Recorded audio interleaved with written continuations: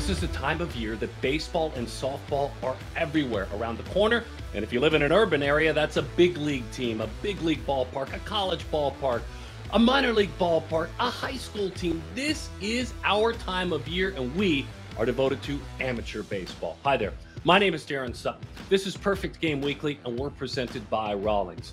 As we look ahead to the 2022 draft, a great story in this show, the story of two legacies, Andrew Jones, his son, Druw Jones, Carl Crawford, his son, Justine Crawford, both doing amazing things at the high school level, and a story you'll want to hear. You'll also want to hear the story of Dr. Justine Siegal, the founder of Baseball for All. We have enjoyed the impact that women have had at the highest levels. Justine is very proud. She's trying to do it all the way up at the grassroots level as well. Speaking of all the way up, the radar guns have gone crazy for Hunter Greene, consistently over 100 miles an hour. We knew him when? We knew him when he was a prospect, and very recently we'll share a great conversation we had with the man who is stealing Cincinnati by storm. But let's get going on a road trip to start things, and usually we pick a part of the country. We're shifting gears this week. We're going to check in on 4 shortstops that were all wildly talented, wildly unique, and from all over the country last year that were all picked very high in Major League Baseball's amateur draft. How are they doing as pros? Let's get it going on our shortstop road trip.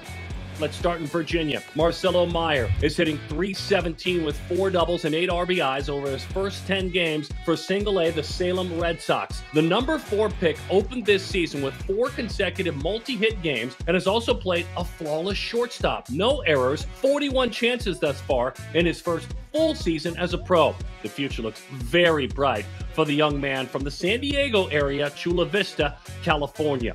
Speaking of California, at about 5.5 hours north of Chula Vista sits Visalia. With a 6th overall pick, Jordan Lawler is off to a torrid start for the Diamondback Single A affiliate. Over his first 10 games, he's hitting .350, 3 homers, 6 stolen bases, and a .460 on base. The shoulder surgery ended his rookie campaign after just 2 games last summer, but the Texan is showing everyone he is capable of all sorts of big things in 2022. All right, back to Virginia. I guess this is the most economical road trip of all times. Anyway, in Fredericksburg, Virginia, the number 11 pick, Brady House, has played 11 games for the Nats Single A squad this spring. The Georgian is hitting .370 with 3 doubles, a home run, and 13 RBI.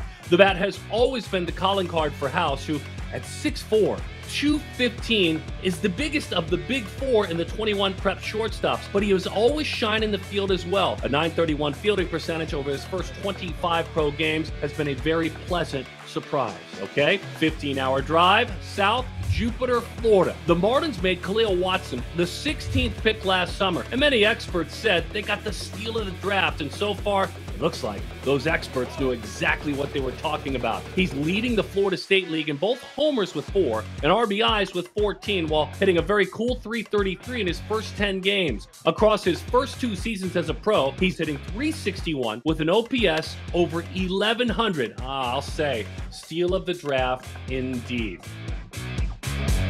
And I want to wrap this segment with a congratulations to another shortstop who's just a little bit older. We saw Nick Allen make the play of the All-American Classic, probably the greatest play of all time in the game back in 2016. The A's subsequently made him a 3rd-round pick, and he has been grinding hundreds and hundreds and hundreds of innings at short in the minor leagues until finally a job opened up. And Nick Allen not only has made it to the big leagues with the Oakland Athletics, as we record this show, he has also picked up his first Major League Baseball hit. One of our favorites with Perfect Game through the years of the Perfect Game All-American Classic. Congratulations to San Diego native Nick Allen. When we come back, the story of 2 unique athletes. Both of them grew up around the game of baseball. Both are on their way to professional baseball with incredible high school senior years. The story of Justine Crawford and Druw Jones when we return on Perfect Game Weekly. We're presented by Rawlings.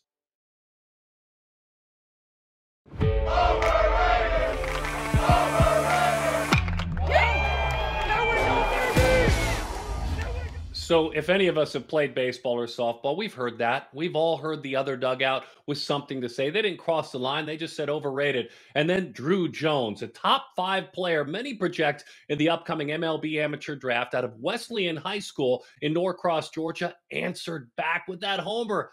I love that clip. Of course, the son of Andrew Jones, the legendary glove man for the Atlanta Braves. That was in a 6-1 win on March 2nd over Decatur High School. At Perfect Game's most recent national showcase at Tropicana Field in Tampa, Florida, I had a wonderful opportunity to talk with Druw and also Justine Crawford. He himself playing himself into the very first round of the amateur draft, and like Druw, the son of Carl Crawford. Let's remember that conversation. Druw Jones is standing to my left. In the 22 class, this is the #2 outfielder in the nation. Standing to my right, Justine Crawford. He's inside the top 20 in those outfield rankings as well. We're going to hang out, we're going to talk. We share one thing in common, all three of us. What would you figure that is when you look at the three of us? We'll get to it in just a minute. For you, this journey of being highly ranked has kept you up at that spot, but you now are a guy in games that everyone knows about. Has it made you better to be a player that, since you were able to be ranked, has been a top 10 player? Has it made you be able to grow with that kind of pressure? Most of the time, it just kind of, you get the best competition. Everybody tries to beat you and makes the best out of everything you need to do. So you get the best of everything, and being on top teams, you get to see good arms all the time. So in that competition, you're able to advance your game and have that high profile all the time. Your 60 was? 6'3", 6'3", you happy with that? I'm more than happy with that. Okay, 6'3", Your 60 was? 6'11". You tied the event record. Incredible. But what was your reaction? How did it feel? Oh, I was extremely excited because I've been putting in a whole bunch of work to get my 60 up, get it faster, and for that to finally show that it paid off, it was really just extremely happy for me, and I was really just blessed to be here too. It was awesome. Do you recall at the 14U West Showcase, it was in Compton in 2018, do you recall what you ran then? I believe it was a 7.5. So one goes from a 7.5, this is crazy, right? A 7.5 to a 6.11. How does one train to get faster? What did you do besides getting bigger and stronger? What did you do? Really, for me, it was just running sprints, a whole lot of sprints, and then also running hills. I would go to the park nearby my house, and I would just run hours of just running hills. And I think over time, that really just got my legs stronger and just built my speed up. And you have come from kind of out of nowhere, different than his journey the entire time, to move inside that top 20 spot as an outfielder. How proud are you of your work, but how much further do you have to go? Extremely proud to be here. I mean, it's awesome to be able just to be ranked, but I definitely think I still have way more to go and also get ranked higher. These gentlemen, by the way, are ball players' kids. I'm a ball player's kid. My late father obviously playing, and in the Hall of Fame, Don Sutton. Your dad, Andrew Jones. For you and the impact, you remember a little bit of his career. You have video on your phone just like anybody else, but let's talk man-to-man relationship. How much do you guys talk baseball? How much has he helped you? Most of the time, we don't really talk about baseball a lot. Most of the time, he tries to just stay away from that because we both don't talk about it as much. But mainly just being bro to bro all the time and just doing everything. And then just with baseball-wise, he just tells me to come out here and play hard and have fun. Okay, so man stuff. He's a parent, he's a dad. Right. He's not as much worried about the baseball part. Your dad, Carl Crawford. This was his ballpark. Yeah. They made the wall short over there so he could rob home runs. So your father, his career lasting a little bit longer in your life than his, up until 2016. How do you guys relate to baseball together? We talk about it all the time, really just not too much though, but we like to really just talk about just the little things of the game, on how to get better, and just really just having a high IQ of the game. And it's really it's a lot of fun being able to be back out here where he played, and it's really awesome. Outstanding stuff. After we wrapped that conversation, the rankings had Justine Crawford at the number 73 spot in the nation, which is outstanding. He now stands at number 10. You want to talk about a meteoric rise, and I'm telling you the truth, I just literally disconnected from talking to his head coach at Bishop Gorman, Gino Di Maria, and he said he's not just hearing from scouts now, he's hearing from general managers and assistant general managers who think this talented athlete has played himself into the first round for sure, and maybe even higher. When we come back, the story of women impacting baseball at all levels and the impact that has really been felt by Dr. Justine Siegal, the founder of Baseball for All. That story right around the corner on Perfect Game Weekly, presented by Rollins.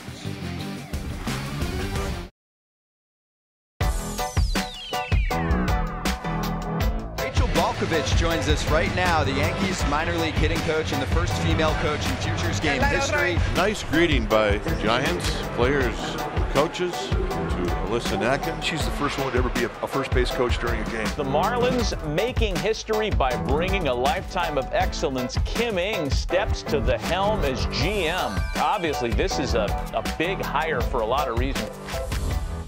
We welcome you back to Perfect Game Weekly. We're presented by Rawlings, and I am thrilled about this subject and our next guest, the founder of Baseball for All. Dr. Justine Siegal joins us now. Obviously, her impact on the game, growing more co-ed teams on college campuses, and also the growth of the women's club game at the college level as well, a big part of it, and the youth level as well. Justine, thanks for spending time with us now and all the great work you've done. But I want to start here. 13 years old, they told you no more baseball. You had played T-ball, Little League with your brother. Take us back to the genesis of why your heart beats for this subject. Thank you. I was 13 when I was first told I should quit baseball because I'm a girl, and I just decided I would play forever. And I did stay on that team, and I kept playing, and he put me at shortstop still, but it was definitely the beginning of the uphill battle. And so from there on, it felt like I had to be the first everywhere I went. And just the more people tried to take the game away from me, the more I loved it. Coaching opportunities for you with the A's organization, with Team Israel at the WBC qualifier, at Springfield College as well, where you're an assistant coach. How much have you enjoyed conceptually coaching and teaching the sport, passing the sport along with the coach's hat on? Yeah, I love coaching because I love helping people reach their goals. So when you mix my love for baseball and then helping others achieve, to me, it's like the best combination. And I decided I wanted to coach when I was 15, 16. So I was the only one coaching in the country, but it still never seemed like it was impossible, and I just felt like if I kept working hard, I'd get there. And then, as you mentioned, I was able to then get some pro experience in there as well.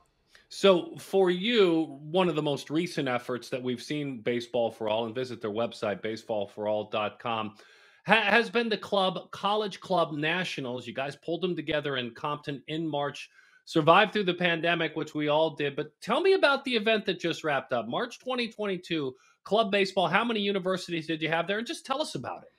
Yeah, so our goal is to have college women's baseball.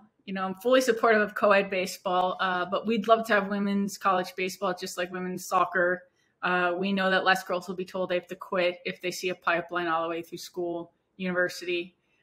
So we started the first college club women's baseball championship in over 100 years. And we did it at the MLB Urban Youth Academy. And we had it in March, and we wanted 4 teams, but we ended up with 3, with 2 teams having dropped out on us. But what's significant is that we knew if we showed the model work that we could help mentor students to start teams, then more schools would do it. And since our tournament just a month ago with our 3 teams, we have over 15 schools interested in next year. So we think we can double just about every year until we can, get NCAA's attention, so to speak, and become an emerging sport. At the younger age groups below college, Baseball for All Nationals, it's become a destination for talented young girls that want to play baseball. Introduce those that might not know about your national tournament, Baseball for All Nationals. Yeah, so first, Baseball for All is a nonprofit I founded. Too many girls are still told they can't play baseball, so we definitely want to stop that narrative. And we help communities start girls' baseball teams and run events for those girls to come together. So all our girls tend to play with the boys, but then it's something magical when they get to come together. So they no longer feel alone, like the girl in the league. They're now part of a community. And so our biggest event is our national tournament every year. And this year will be at Colorado at Futures Legends, a new facility that's being built. And we'll have 600 girls there from ages 10U to 23U. And so it's just getting bigger and bigger. And, it's because girls want to play baseball. It's not a new idea. It's just new opportunities. We had an amazing interview with Elizabeth Ben, who now is MLB ops with the New York Mets at the ABCA. We've cheered for Rachel Balkovec as she manages at the A-ball level for the Yankees. We've seen Alyssa Nacken coach first base for the San Francisco Giants on their staff. Bianca Smith and Katie Krall, both in the Red Sox organization. I'd love for you just to kind of speak on behalf of those women and how proud you are of them and what they're doing to impact your efforts. I'm not just proud of them, also a little jealous. I was the first woman to coach pro baseball, and it just took a whole lifetime to get, the little bits that I had. And now just to see, I think there's 13 plus women coaching pro ball, it just warms my heart. So I'm very excited for them, and I know our girls are all looking up to them, and they know that if they work hard and don't give up, there's a pipeline for them, that there's a door open if they become qualified and do this. And I guarantee you, we've got a lot of girls who want to be Rachel Balkovich. The future's really bright, and I'm really excited is where we're headed. Before I say goodbye to you, first of all, congratulations on your life's work. You've kind of jumped into this side on the content creation space as a consultant, a consulting producer for the A League of Their Own television series, streaming series. Both. Tell us a little bit about that. Yeah, I'm living a dream I never thought I could have. Being the baseball consultant for A League of Their Own, which is going to be premiering July 29th on Amazon. So everyone make sure you see it. And it's going to be exciting. It's going to honor the movie and Penny Marshall, and then go forward and say what it was really like to be a woman playing baseball in 1943. Well, thanks for joining us. Congratulations on your effort. I know you'll tell me you're just starting, but it's a pleasure to reconnect. You've joined us before, and we wish you best of luck. Have an amazing summer. Thank you so much. Dr. Justine Siegal, love Baseball for All. Visit at baseballforall.com. When we come back, a great story of a man who took advantage of Major League Baseball's breakthrough series, but has sprinted to the major leagues, and it seems like every pitch he throws is over 100 miles an hour. Former Perfect Game All-American Hunter Greene, and a wonderful conversation on Perfect Game Weekly, presented by Rollins. On Sunday, August 28th, 2022, Perfect Game is proud to announce that the 20th Perfect Game All-American Classic will author another chapter in baseball history, doing so at Chase Field in Phoenix, the home of the Arizona Diamondbacks.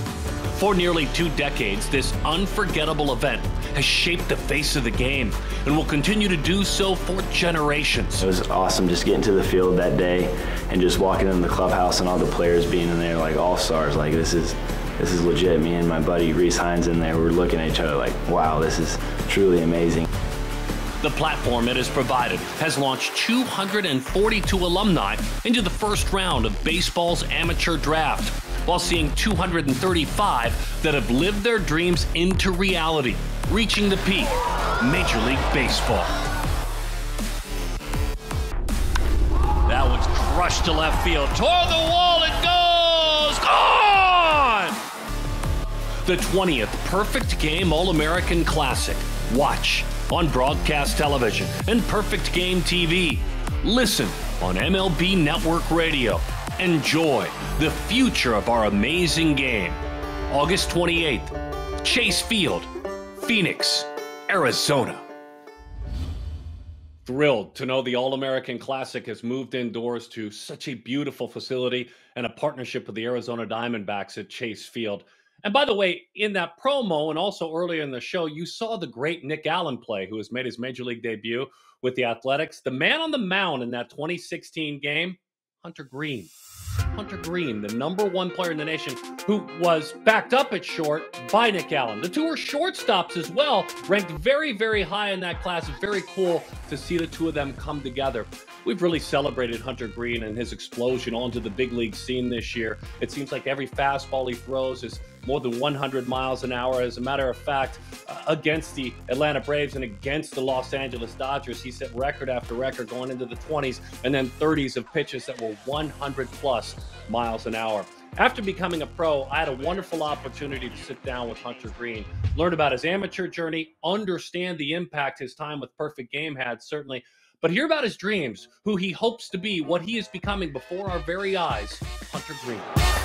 Struck him out. Hunter Greene is tossing a 3-hitter against one of the better lineups, if not the best, in Major League Baseball. Do you remember one of the first vivid dreams or thoughts you had about being a major leaguer? Oh man, you know, it's crazy. I went to so many games and I was exposed to so many players at a young age, going to Dodger games, Angel games. So like, I did a lot of dreaming, you know, about the big leagues and making it, but I was there, like on the field, interacting with all the players, you know, at a young age, just because I had the connections and relationships to do that and get on the field. It's special, man, just to be able to have that at a young age. And yeah, I mean, it's different to see, you know, what people's priorities and what they're focused on and what you're focused on. And it's come full circle for sure. Let's talk perfect game a little bit, some of your experiences, like the national showcase. What's that like? It's awesome. It was just special to look back and be like, wow, there were 200 guys at this showcase, and we were the guys that made it out of everybody else, and we were the best in the country. So, and just people that think, you know, highly of us, think that we're, you know, this great of an athlete, this special of a prospect, to be able to make an impact in the MLB in the future, I think was really cool. And obviously the gear is awesome, being able to get all the fancy stuff before everybody else. But I love that. You know, I think about it all the time. I go back to it, and I'm just grateful I was able to be in a position like that. All right, and then the game itself. It's like a 4-day weekend. Describe that 4-day weekend. It's special because you knock out so many things. It could easily just be a baseball event where you go out and you just perform your skills and that's it, and that's the rest of the event. But you know, Rady's Children was very special because my sister was diagnosed with cancer, and I went through that time with her, and be able to see other people in that position and being able to relate and help them and inspire them to, you know, continue to fight and, you know, fight the good fight and just be supportive of those people and those families was very special. Great experiences for a lot of players. It's hard not to pull for Hunter Greene. We want to thank him for that conversation. We certainly want to thank Dr. Justine Siegal for her impact of women in the game of baseball, baseball for all. And of course, the journeys of Justin Crawford and Druw Jones. Can't wait to see what's next for all of them. For you, if you are enjoying this show on regional sports television, you can find it on your smart device. You can download the Perfect Game TV app, and it's this and all sorts of wonderful shows, great conversations, live events dedicated to amateur diamond sports on Perfect Game TV. My name is Darren Sutton. This has been Perfect Game Weekly, and we're presented by Rollins.